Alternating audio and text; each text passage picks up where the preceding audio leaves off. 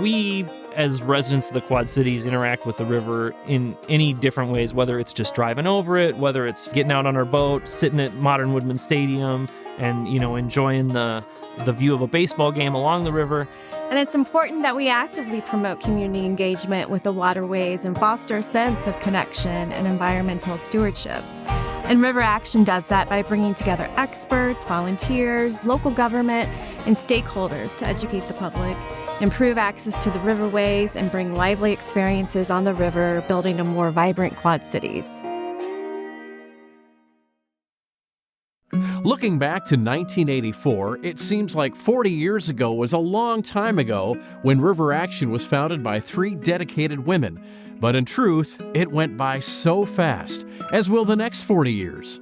The 3 of us were very enthusiastic about creating access for families on the riverfront. We each came up with $200 and began the organization. And Patty Blackman was a very important part of it. A bright light went out when she died. Patty's contribution right in the very beginning was, we're not going to be reacting. We're going to take action. We're going to be doing things and making things happen. We should be River Action.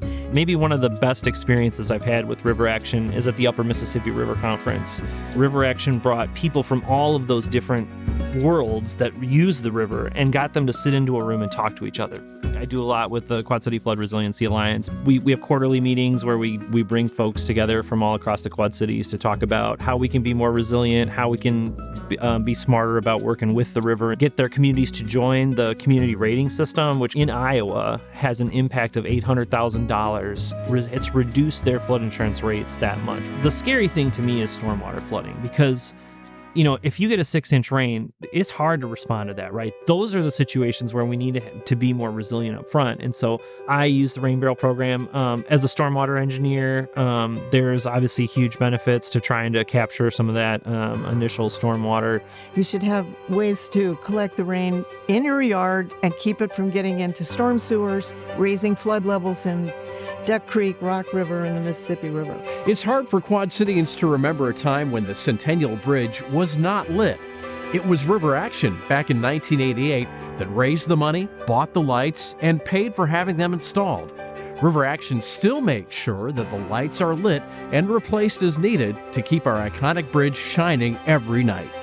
If you drive down in front of the brand new Big Beautiful YMCA, you will see that there's this little stone marker that says, hey, this is where the first bridge crossed the Mississippi River. And River Action now owns the berm that original bridge was on. So we're taking advantage of it to put one complete replica of a span of the first bridge that would become a bike and pedestrian bridge linking the national trails to the north here. With a vision to get the community even closer to water, River Action launched the Channel Cat Water Taxi in 1995. The boat was an instant success, and several years later, Kathy asked Metrolink to take over and use our resources to expand the operation.